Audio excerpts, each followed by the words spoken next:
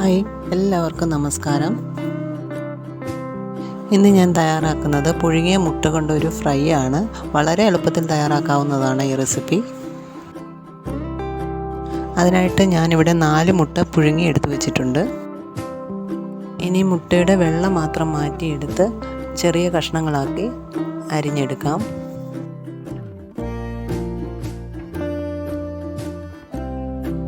ഇതുപോലെ ചെറിയ കഷ്ണങ്ങളാക്കി മുറിച്ചെടുക്കാം.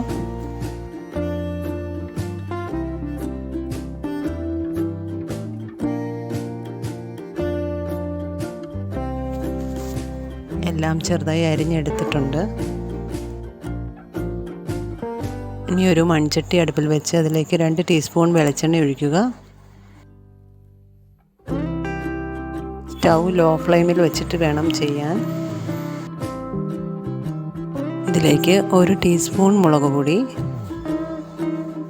1/4 ടീസ്പൂൺ മഞ്ഞൾപ്പൊടി, 1/4 ടീസ്പൂൺ ഗരം മസാല, 1/4 ടീസ്പൂൺ ജീരകം പൊടിച്ചത്, 1 ടീസ്പൂൺ കുരുമുളക് പൊടി, പാകത്തിന് ഉപ്പ്. ഇത്രയും എണ്ണയിൽ നന്നായി മൂപ്പിച്ചെടുക്കുക. കരിഞ്ഞു പോകാതെ ശ്രദ്ധിക്കണം. ഇനി ഇതിലേക്ക് എടുത്തു വെച്ചിരിക്കുന്ന മുട്ടയുടെ വെള്ള മാത്രം ചേർത്ത് കൊടുക്കാം.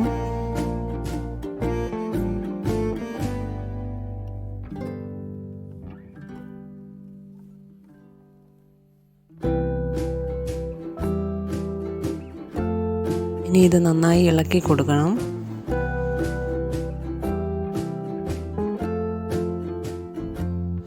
മസാലകളൊക്കെ മുട്ടയിൽ നന്നായി പിടിക്കണം. അതിന് വേണ്ടിയിട്ടാണ്.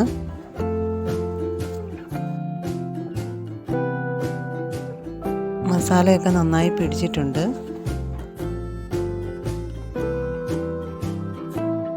ഇനി ഇതിലേക്ക് മുട്ടയുടെ മഞ്ഞ കൂടി ചേർത്ത് കൊടുക്കാം.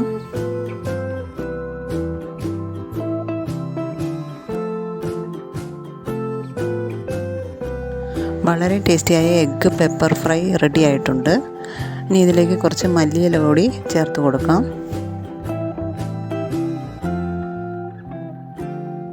റെസിപ്പി ഇഷ്ടമായെങ്കിൽ എല്ലാവരും സപ്പോർട്ട് ചെയ്യാൻ മറക്കല്ലേ.